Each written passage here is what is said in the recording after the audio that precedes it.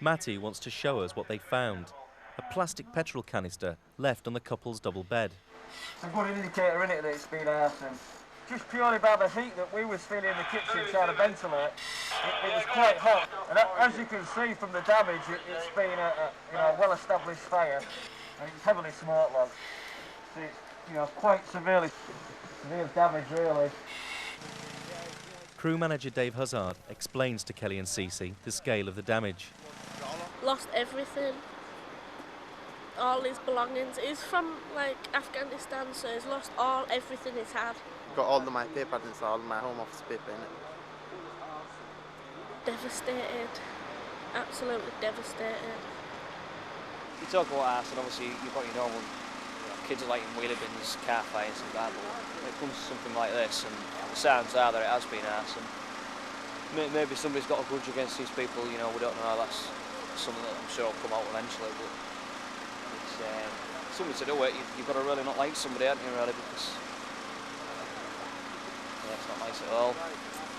Fire investigator Chris Blacksell needs to work out how the fire started. We should do these sort of fire investigation, other lads have been have a look anyway. His report is crucial to any criminal investigation. Do you know if we'll be able to go and have a look to see if anything's left? Yeah, you're definitely able to go and have a look. We'll just go and have a look at the scene first. Matty and the others are driving the short distance back to station. They're taking the scenic route and enjoying a bit of attention from passers-by. Listen to music. Smoke alarm was activated. Chris Blacksell reckons it's pretty obvious how the fire started. Yes. The presence of a half-melted petrol can speaks volumes. Then we're looking at the possibility, obviously, that someone's come in and done it deliberately. The fact that we've got a petrol can left actually on the bed in the area where we've got main fire damage is going to be a little bit of a giveaway. But what I'm considering at the moment is whether that's been moved from a different place, whether it was exactly in that place.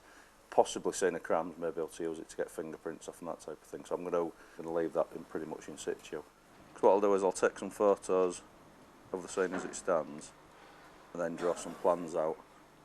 But it's been a problem that's been rising really year on year, which is obviously why we're trying to put the things in place that we've been trying to put to what first stop the rise, and then once we've got a hold of that, ideally bring the levels of arson down, because it is something that's increasing nationally and in this brigade. The police are now on the scene, and Chris needs to feed back his early findings. Throughout, because the doors were left open, and we've got a petrol can left on the bed at the moment, which we may have moved slightly, but no one certainly handled it, so we then gone into the bedroom. So. Okay. Right, okay. Matty and the rest of the watch from Central have been called to a block of flats.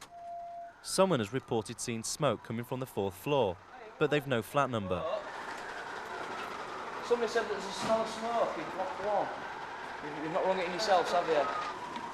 Dave Bristow, officer in charge, leads the team. A fire in a high-rise is a firefighter's worst nightmare. The potential for loss of life is immense, and that's why they've turned out in numbers. Just send an informative, please, investigating smell of smoke on the 4th floor. Yeah. Hello? Hello? Anybody in? The occupier's electricity has been cut off. He's been trying to keep warm, and his desperate measures could have put his own life and dozens of others living in the block at risk. He's run out of money. So to provide himself with some heat and a means of be able to cook his food, he's been burning wood on an electrical stove. This could have been horrific, and the fact that he's living in such conditions is a shock to Pete Sissons. You can't believe that this day and age that people are living like this. Potential's here for a fatal fire, definitely. Not always about it. And it's not just the one flat. You're in a block of flats like this. It's so dangerous, so dangerous. Across town, Chris has been looking at all the evidence. It's definitely arson, and it'll be up to the police to decide who the arsonist might be. So literally, I've left it as I found it. Really, I mean, we've got obvious petrol can on the bed. We've gone through the obvious channels of asking if that's if it was in the room anyway. Do you often run out of electricity then? No, it's first time we've done it. You've used all your emergency up and that. Yeah. Residents on the 4th floor, where a man has been burning wood to keep warm, are shaken by the incident. Next-door neighbour Eric is obviously distressed. And master what's going like this now. If you get a bit chesty, you're probably best off going back in your flat and getting yourself some fresh air, because it's still a bit smoky down there. We have a fan now. I go back to the house. Won't be doing your chest any good. I have cancer and all that. Right. And everything. And I'm a sick man. Yeah. I live on my own. Well, that's it, yeah. And I'm frightened. No, It's upset me. You get payday tomorrow, isn't it? Yeah, tomorrow. Thanks, Paul. What I've done is I've rung our control room. Okay, and they're going to get, we have an organisation called Fire Victim Support.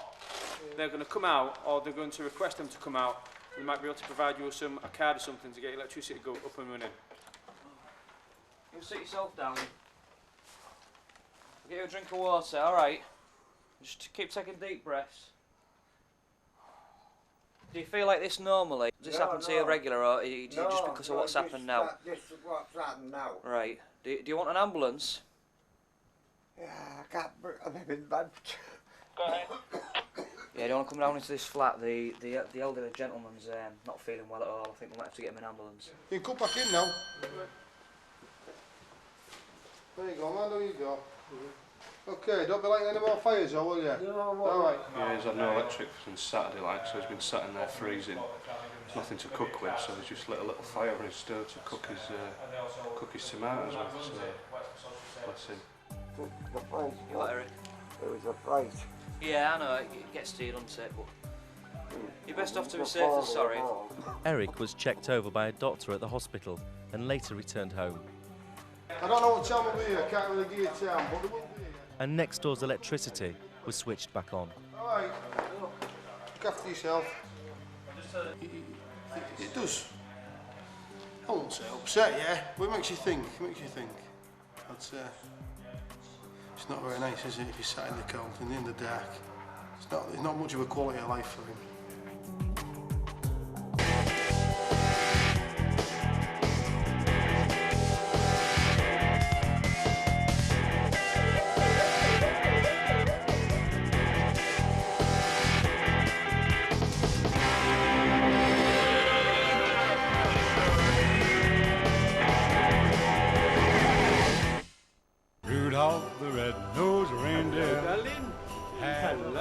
It's Christmas Eve 2004, and as most of us are rushing around and making last-minute preparations, for the firefighters at Hull Central Fire Station, Christmas has come early.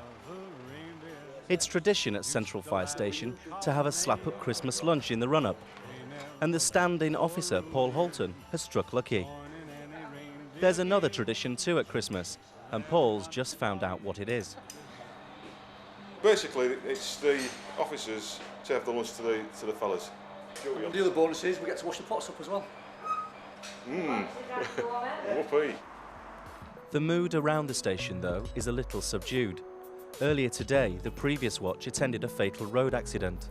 After 12 years' service, firefighter Paul Mortimer, or Mort, knows it never gets any easier. Does it feel Christmassy? No, there's no snow. And there's been an accident here this morning and somebody's lost a life, so there's a down anyway. And I suppose it sets a pattern, sets a mood. People are talking about it, so it's not the nicest of subjects. But Mort will have to put his feelings to one side.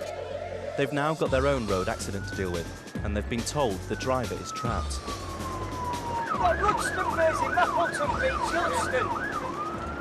Every time there's an accident where it's involving life, we get sent out no matter where it is.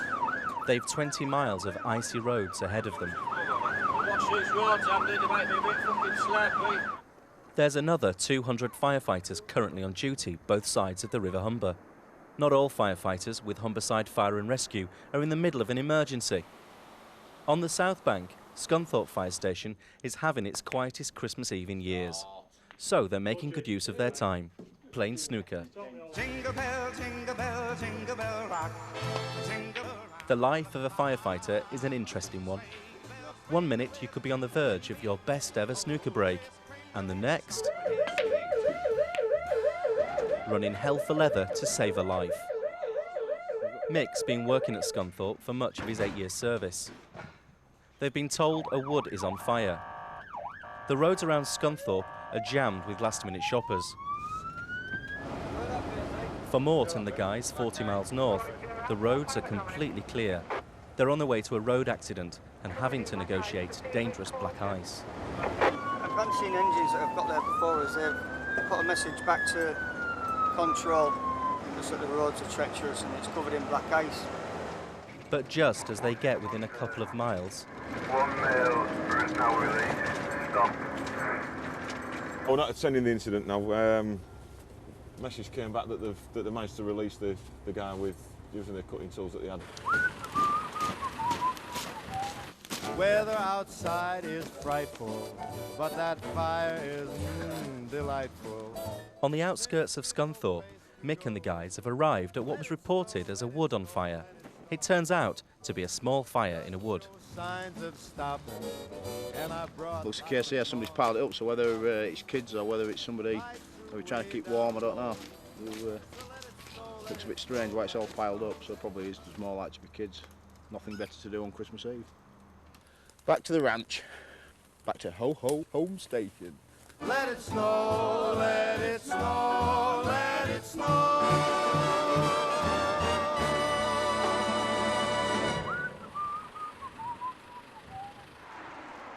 Mort and the crew have returned to station.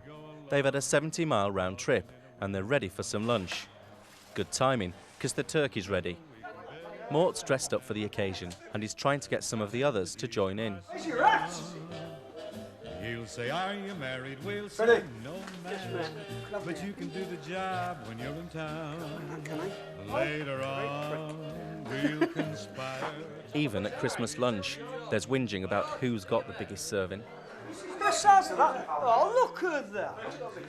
And Mort's not happy. Just get it down, you Mort. Are you listening?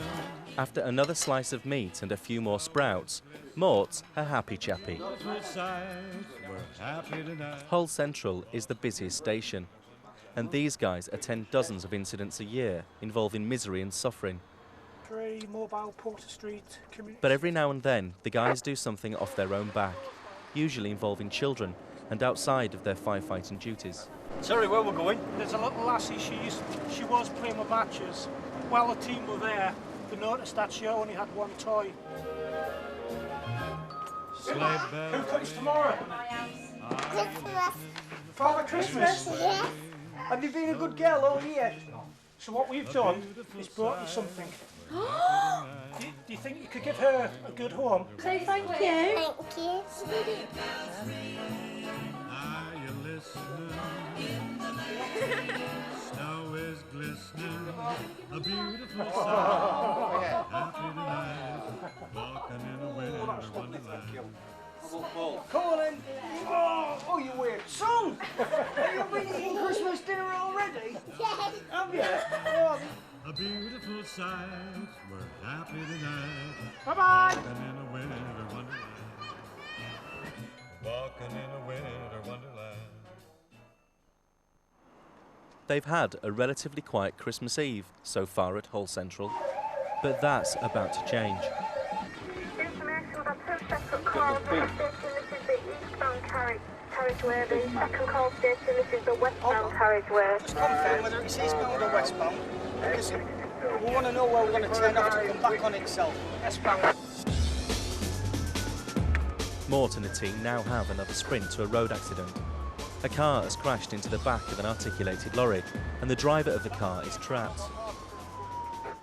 Scunthorpe haven't had a single call since the wood fire, and it's almost time for Mick to call it a day. The kids have arrived to take Daddy home. Say Merry Christmas. Merry Christmas. I'm at home with you, aren't I? In the tomorrow? Having Christmas dinner. We are. We've got Mobile Robert Street. But Mick's not going home just yet. There's a report of a restaurant on fire. Mort and the team have been travelling west along the M62 for 20 minutes. This has been a high-impact crash. Sorry, are his feet trapped? Don't know yet.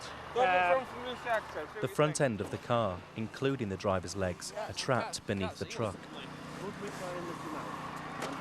Not sure what conditions he's in at the moment.